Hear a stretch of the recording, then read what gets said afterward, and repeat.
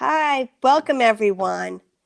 We're here with Florida Closing and Escrow and BOW, brokers, opens, and tours worldwide, and simulcasting our weekly updates.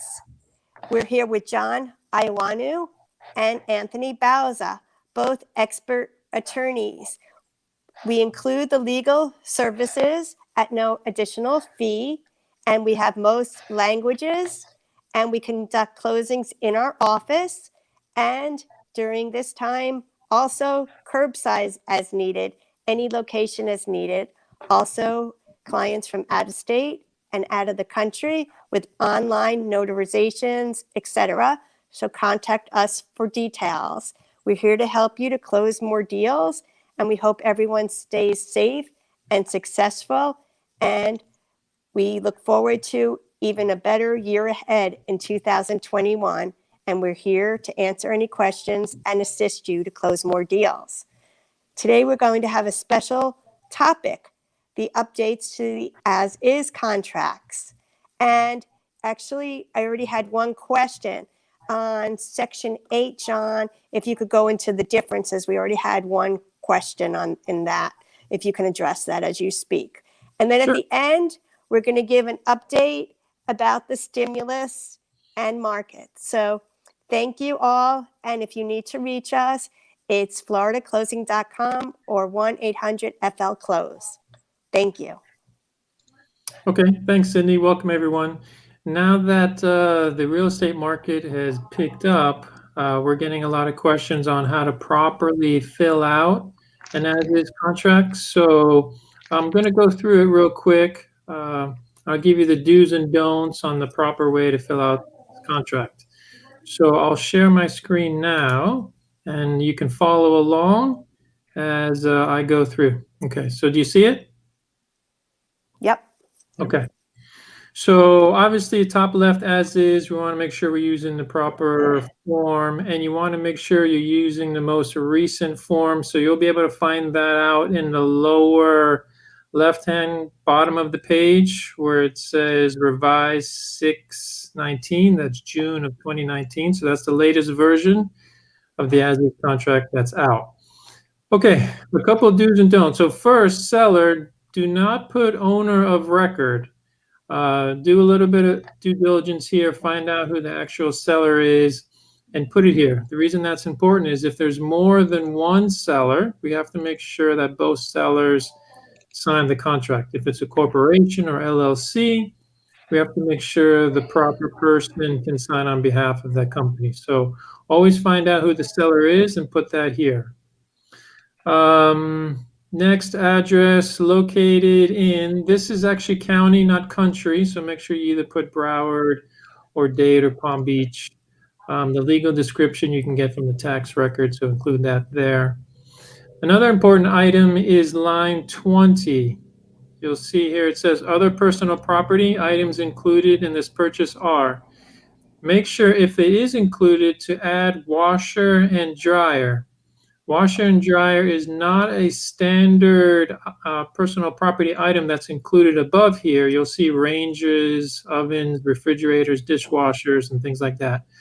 But washer and dryer is not included. So if it is, make sure to write it here because you don't want to go on a day of walkthrough and find out the $1,000 washer and dryer are gone and to tell your clients they have to buy new ones. So make sure to include that language there. Purchase price obviously is on line 226. You'll put that here. Another question we get a lot is how much of a deposit should I put down? There's no real answer to that. It's however strong you want to make your offer. If anything, the ceiling is 10%. Don't go above 10% because that's a lot. If you can go around 5%, or you can go maybe 1,000, 5,000, 10,000, you can put that here. If you want to make your offer strong, you can put a smaller initial deposit here on line 27, and then on line 35 and 36, you can add an additional amount to make your offer a little bit stronger if you like to. Check the second box here on line 29, which is to be made within a certain amount of days after closing. Don't put a company's, because in case the contract doesn't get signed, there's accounting issues. We have to hold the check for 5 or 7 days for it to clear before we can give it back. So it's always best to put the second box here, which is to be made within 3 days after the effective date. Our information is there to include as the escrow agent. Time for acceptance on line 45. You can leave this blank if you want, but if you want the seller to respond within a certain amount of time, or you're sending out multiple offers, you'll want to put in a date here, because basically your offer is open until the seller accepts it or until you withdraw it.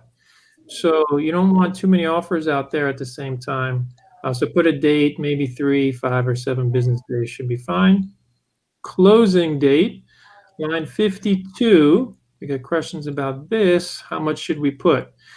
Well, for cash, you can be ready within 2 weeks normally, but with COVID and all the issues, 3 weeks to be safe.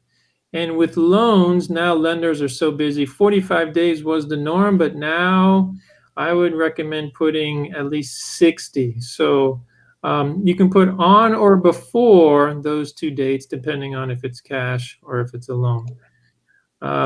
Next, we'll go to page 2. Line 68 is important if there is a current renter in the property and that renter is going to stay after closing. So if that is the case, make sure to check off box 68, because this is going to tell us as a title company that there's a renter there and we're going to need information from that renter, and we'll send them a tenant estoppel letter so they tell us how much money the landlord is holding for a security deposit, and if they're also holding last month's rent, so we can prorate those and put that on the HUD and credit that to the buyer. Also, line 77, 78. Check this box on line 78. Buyer may assign but not be released. Even though the buyer says, well, I'm not going to buy it in my name, put this as just an extra measure to play it safe, because sometimes buyers might say, well, actually, I'm going to buy it under an LLC, or I want to put it under a trust. If you check off this box, that allows them to do so. Okay, paragraph 8, Cindy, the question came in. This is line 81, financing. The first box obviously is where the buyer is paying cash for the property and there's no financing contingency. So cash is going to be paid, the buyer is not getting a loan. Or line 86, subsection B, this is where the buyer is getting a loan. And so the contract and the purchase is contingent upon that buyer obtaining an approval of, and you can check conventional is a regular type loan, FHA is federal housing, VA is veterans, and other, if they're getting a private loan, put all that information there. What I highly recommend now also is, I just previously mentioned on line 87, don't leave this box blank where it says if blank 30. Make sure to put 45 days there or 60, because like I mentioned, lenders are so backed up now with interest rates so low that it's very rare that a lender will be ready for closing or to give an approval within 30 days. So make sure you put at least 45 days there. That's going to save you some headaches later on. That's the 2 major differences there. There's also, if there's a seller financing where the seller is giving money to the buyer, then you would check off line 124, purchase money note, mortgage to seller. So this is where the seller is going to finance the buyer. If the buyer for some reason was unable to get a loan, sometimes sellers will give that loan to the buyer. Next, moving on. Paragraph 9, this is also another question we get a lot of. What are the closing costs and who pays for what? Well, the good news is this contract right here lays it out pretty clearly. The first 9A is the cost to be paid by seller. This is usually the doc stamps on the deed, and certain searches and whatnot. So all that information is listed there. cost to be paid by the buyer, obviously in subsection B, what the buyer would expect to pay. These are just general wording, so if you need more exact numbers, feel free to either email myself or Anthony and send us a copy of the current contract. It doesn't have to be signed, and that's going to tell us the purchase price, and we can fill out all this information and send you a fee sheet with that. Next, who pays for what? So line 158, this is usually checked just for Palm Beach. This is where the seller chooses the title company and pays for the title owner's policy. What we do a lot here in Miami-Dade and Broward, obviously, is line 164. Makes it real easy for us. It says Miami-Dade Broward Regional Provision. Always check this. This basically says that the buyer chooses the title company and pays for the title insurance policy, but the seller pays for the tax search and the municipal lien search. Those two searches are around $200 each. So make sure to check off this box here, III on line 164. Okay, moving on. This is also another important part of the contract, line 177 through line 188. Special assessments. Now, a lot of realtors get a little bit confused here because they're thinking special assessments for homeowners associations or condominium associations, but this section does not apply to that, so be very careful. And actually, we'll give you the hint right here. It says special assessments at closing, seller shall pay the full amount of liens imposed by a public body. Public body does not include a condominium or a homeowners association. So if you check off that seller's going to pay the special assessments in full at closing, and you're thinking as a realtor that this is going to take care of the association special assessments, that's incorrect. Where we find that information in that checkbox is actually in the condominium rider or the homeowners association addendum. Those two addendums specifically set forth, they have a box similar to this on who pays what, but this does not apply to associations. So be very careful when dealing with assessments. If you know there is one, make sure the proper boxes are checked in the addendums and the riders to this contract. Okay.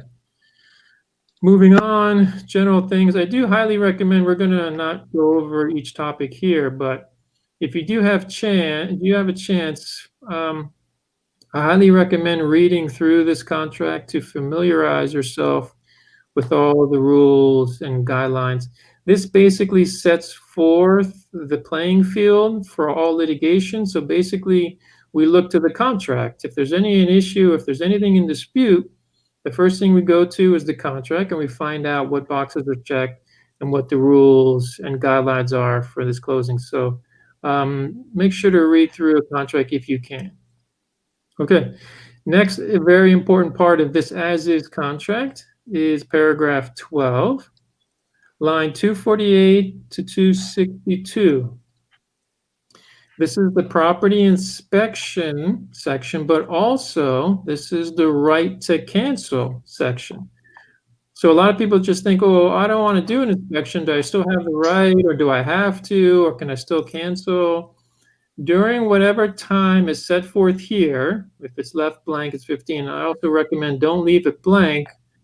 For this, always write in 15 if it's 15, because you don't want anyone to change it later on. But during this time period, 15 days after the effective date, the buyer has the right to do inspections and do whatever they want, to view the property, check it out. And then during that time, and you'll see here on line 251, if buyer determines in buyer's sole discretion. So this is completely up to the buyer. That's why it's called the right to cancel section, where they can cancel for whatever reason. And actually, they don't even have to give a reason. They can just say, we changed our mind. We're within the right to cancel period. You have to send written notice to the seller that you're canceling, but it doesn't have to be based on the inspection. Let's say the inspection came back perfect. You're not forced to buy the property still.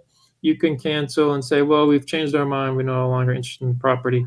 Just make sure to give written notice to the seller, and then you're out of the contract and you get the full deposit back.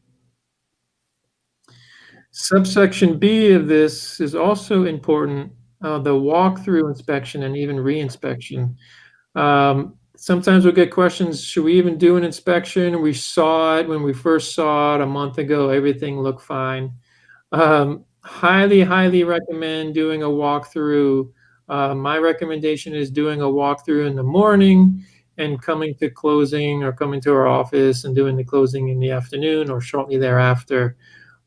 Just to make sure that, like we said earlier, if there was supposed to be a washer and dryer there, to make sure that it's still there. Make sure there's no damage. Make sure someone's still not living there. Let's say there was a renter and the renter was supposed to move out before the closing. Make sure that the renter's not there. If there's any issues, this is the best time to take care of it before the closing and before we wire the seller their proceeds, because after closing, it's hard to track these people down. Some people might not even live in this country. Then it becomes a big problem. So always try and resolve issues before closing. Otherwise, it's going to be a big problem afterwards. Okay, subsection C, line 268, also another very important part of this contract. With regards to the as-is contract, this section says that the seller is going to work with the buyer to close out any building permits or anything like that. But it does say that, and we'll see that on line 275, that the seller shall not be required to expend or become obligated to expend any money to close out these permits. So this part of the contract is not beneficial to the buyer. So that's why later on in the additional terms section, I'm going to show you the proper language to add that will protect the buyer from any open or expired building permits. Okay, escrow agent, this talks about us, and we can kind of go through the rest of this kind of quickly. Default, what happens if the buyer defaults? If the buyer defaults, they'll lose their deposit. What happens if the seller defaults? And the buyer can either get their deposit back, or actually the buyer can force the seller to sell the property to the buyer. This is called specific performance, because each property is unique. So the court will say, yeah, you can actually force the seller to sell the property to the buyer if you still want it. So these are the two default provisions. It's always good to read that. Also, dispute resolution. If there is an issue about did we cancel in time, if there is any default, this is where the parties have to go to first. You basically have to go to mediation. After mediation, if it can't be settled there, then you can go to court. But you have to settle disputes first through mediation. Title exam, we'll take care of all of that. Surveys, we'll order if it's needed for a property. Surveys are not needed for condominiums. Liens we'll take care of. Time, very important part of this contract. A lot of people ask, how do we compute time? How do we count it? Well, line 420, paragraph F states, calendar days shall be used in computing time periods. Calendar days, so not business days, they're calendar days, which includes Saturday and Sunday. So let's say we sign a contract today. We start counting tomorrow. So today is what? Thursday? So we start counting tomorrow is Friday, and then we count Saturday, Sunday, Monday, Tuesday, Wednesday, Thursday, Friday. And then we can end it, let's say if it's 7 days. Friday. If it ends on a Saturday or Sunday, then it goes to the next business day. So if it ends on Saturday, the time period, whatever time period it is for the inspection or the financing contingency, will go to the next business day, which is Monday. Unless, of course, if Monday is a holiday or Friday is a holiday, then it would go to the next business day, which would be then Tuesday. Time periods. So if it's a calendar day, if it falls on a Friday, it goes to 11:59 p.m. of that day. If it falls on a Saturday, then pushes to the next business day, then it extends to only 5 p.m. Okay, so those are the two differences there. 11:59 on a regular calendar day, unless it's pushed to the next business day, then it's to 5 p.m. Okay. Force majeure, big issue now with COVID. Does it apply? I'm seeing arguments for both sides. Is it an act of God? I don't know. Some people say it was from a lab in China. Some people say it's from a wet, whatever thing, from a bat. Or I've seen arguments made that it could be caused by some form of terrorism from China. Could be considered maybe an act of terrorism. I haven't seen any of the court cases go through all the way to appeal and whatnot. So it's still up in the air. Whatever you want to maybe decide, you can maybe hire a good attorney and see if you can argue that case. But obviously, to avoid all that, see if you can kind of work it out with whomever, a buyer or seller, and try and get to a resolution to avoid litigation, because obviously litigation only makes the attorneys money instead of the parties. We'll move on. Closing, FinCEN, escrow operations. We do that on the HUD at closing. Access to the property, you have to give access for inspections and whatnot.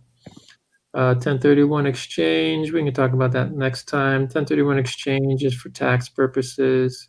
Contracts are not recorded. FIRPTA is an issue we can talk about next time also regarding foreign sellers. Talks about it there.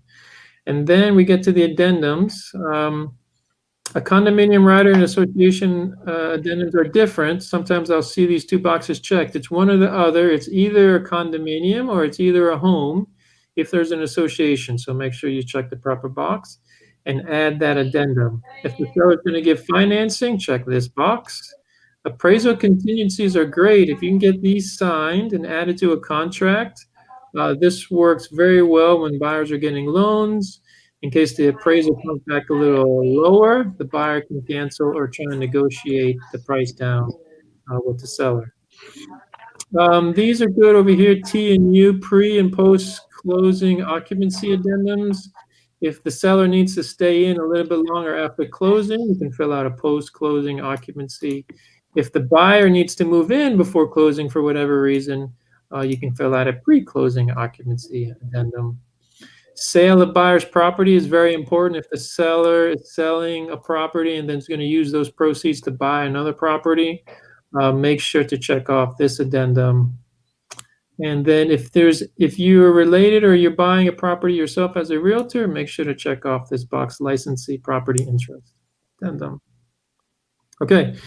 And then as we talked about earlier with regards to the permit, to protect your buyer from open permits, I highly recommend adding this language or a language similar to this, which basically states that if there are any open, needed, or expired permits or code violations, then the seller shall, at seller's sole expense, close out any and all permits and code violations.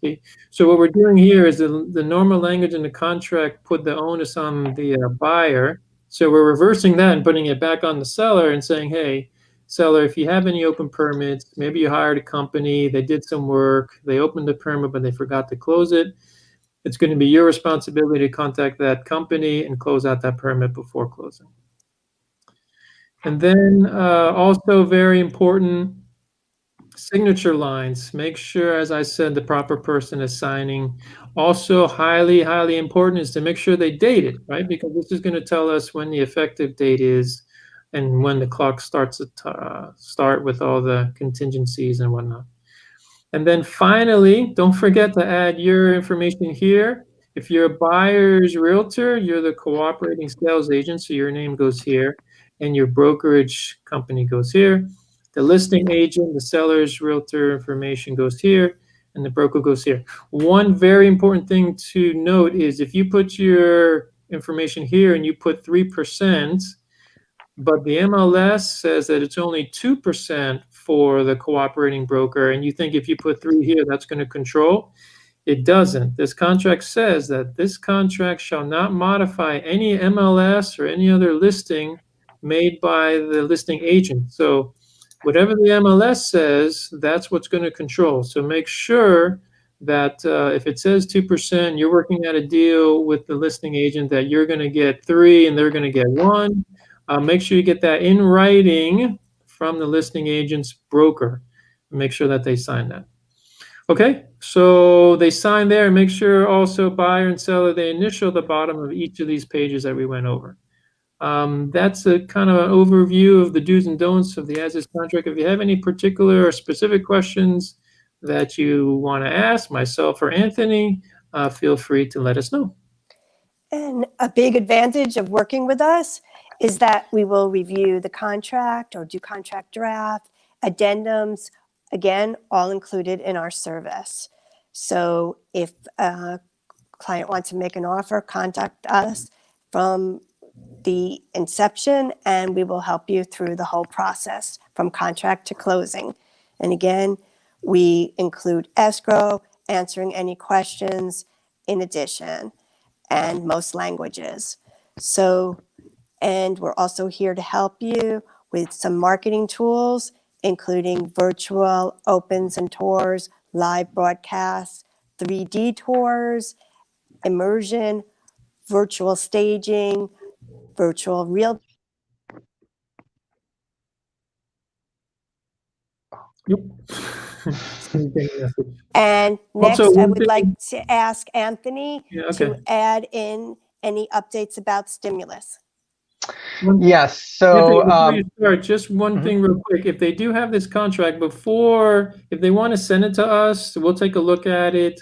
It's a lot easier for us to help with the contract before it's signed rather than getting it after it's signed, because by that time, sometimes it's too late and the parties don't want to re-sign. So just that. Thanks. And yes, thank you, John. And that was actually a client calling right in the middle. Sorry, I thought I muted. But next, let's have Anthony give us a quick update. I think there's up to 9 days left, or where are we with the stimulus? Right. So Congress is racing to get something done before the end of the year. So obviously, we have many of the aid programs from March that are set to expire. And yeah, we have about 9 days left until the next spending deadline. So there's not much time left. However, there is a bipartisan group of lawmakers who are trying to push forward a package that will get passed on and will get approved. It does not currently include a cash stimulus payment like the ones that were received earlier this year. Instead, the proposed deal has a larger focus on unemployment benefits, aid for small businesses, and other targeted assistance rather than these direct payments to all Americans. So the bipartisan group is trying to keep that package below $1 trillion in order to get Republican support in order to pass it. Another White House proposal was put forward that did include $600 direct payments, so half of what we got last time, but it did so at the expense of reducing the additional $300 per week unemployment benefits. So it's likely that that won't be pushed forward and the direct payments will be left out in order for a push to help directly the unemployed benefits and give a bigger boost there. So we have to keep watching and looking out while they hammer out the details, and hopefully we should have an answer by next week. Okay, thank you. And again, the market is strong. All signs look positive through 2021. We hope everyone stays safe and healthy, and kindly be in touch with us if we can assist you. We have a great team at Florida Closing and Escrow. And again, our goal is your success. So stay safe and healthy. And anything anyone want to add? Stay warm. Time to take out the Yeah, it's cool here. sweaters It's and sweater jackets. and boot weather. It is Yeah. cold, chilly Enjoy for life. Florida. And cheers. And we look forward to seeing you soon. And again, contact us if we can assist you to close more deals. And one last thing I want to add, John has helped to mediate when the two sides were not agreeing, and he's done so after hours, actually on a weekend. I think one Saturday night, he helped to save a deal. So, and very calmly when it was a very heated situation. So again, we're here anytime, even after hours, weekends, to help make your deals happen. We are deal makers. And again, our goal is your success. Thank you for joining us. Florida Closing and Escrow and BOW. See you next time. All right. Bye. Bye.